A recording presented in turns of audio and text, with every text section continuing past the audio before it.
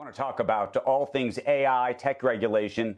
Want to do it with Joe Lonsdale, Palantir's co-founder, 8VC founding partner, alongside Perplexity, and Mark Andreessen. He is backing what is now called Leading the Future. It's a new super PAC supporting pro-AI regulation. Joe, want to talk to you about what this super PAC is all about, what the effort is here, and what that regulation to you ultimately looks like.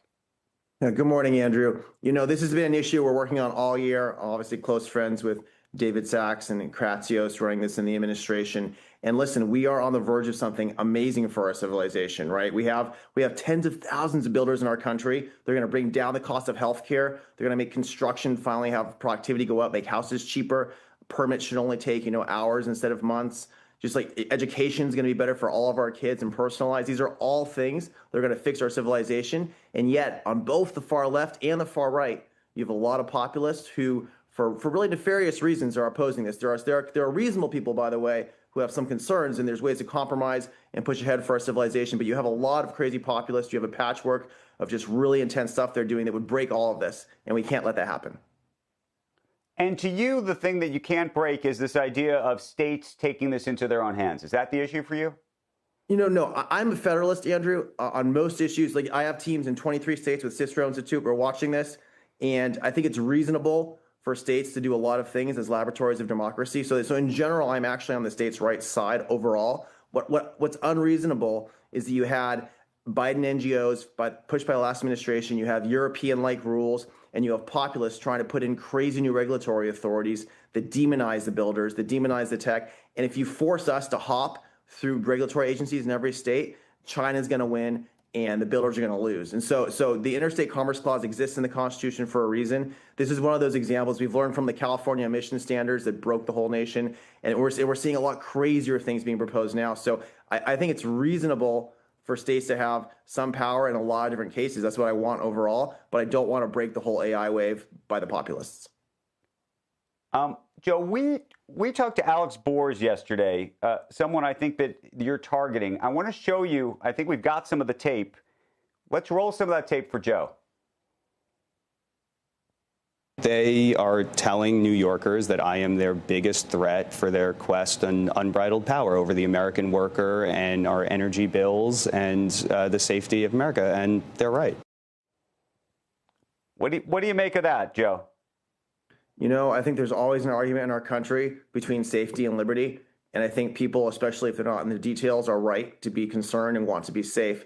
But Andrew, if you're going to use safety to have arbitrary fines and arbitrary penalties where every state, including the radical blue states like New York, are going to be able to break our builders' waves, that's not okay. Because listen, you have states trying to ban the use of AI in healthcare right now in ways that are going to prevent us from making healthcare cheaper. You have New York State already banning it in education. This is insane. Public schools in New York are not allowing AI. You're not even in any kind of school in New York. You have to call yourself a homeschool to use AI right now in New York, which means we can't personalize it and lift up the lives of the kids who are not doing well in the inner cities. This is crazy stuff, Andrew. And the safetyism is what Europe does. If you want to be a poor civilization where you're poorer than our poorest state, like Europe, then you should move to Europe. But America needs to stay free.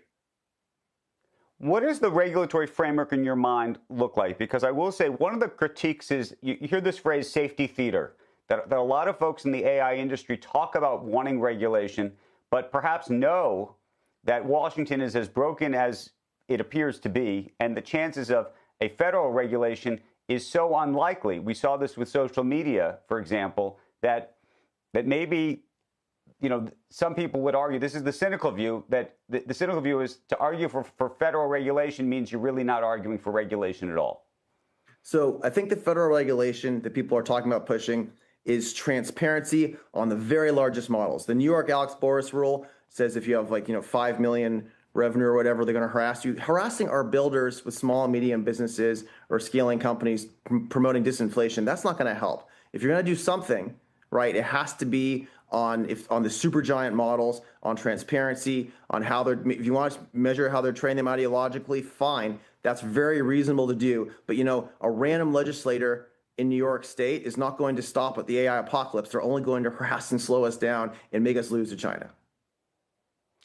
Joe, we only got a minute and a half, but I got to ask, Google appears to have leapfrogged in terms of its large language model ahead of everybody else, at least for now. We just heard Anthropic with the new model out yesterday. How do you see the AI arms race as it's playing out, and who may win?